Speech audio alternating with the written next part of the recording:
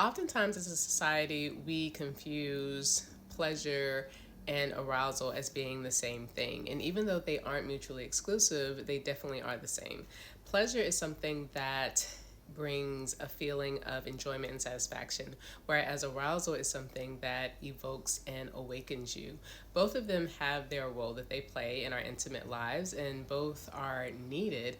But when we are navigating our intimate lives, we need to prioritize pleasure to make sure we make the best decisions for ourselves. Pleasure is something that nature has given us to promote growth and love. And so when we are engaging in intimate activities off of pure arousal, it can be destructive and quite honestly unsatisfying.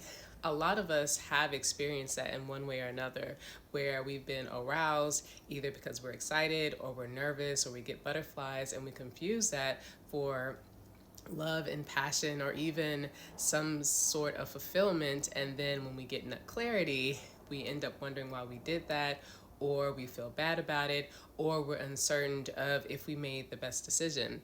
Some of us also are confusing arousal with pleasure when we decide that we feel bad for wanting certain things, or when we feel like we used to get easily excited about intimate sessions and that changes and we feel bad about it, or we are really afraid of emotional connection when it comes to intimacy, or we've experienced some type of trauma and we get addicted to the feeling of excitement or feeling awake and confusing that with pleasure.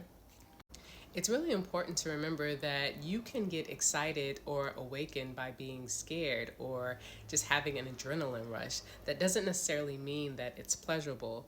Pleasure is something that you should experience when you're relaxed and when you feel safe.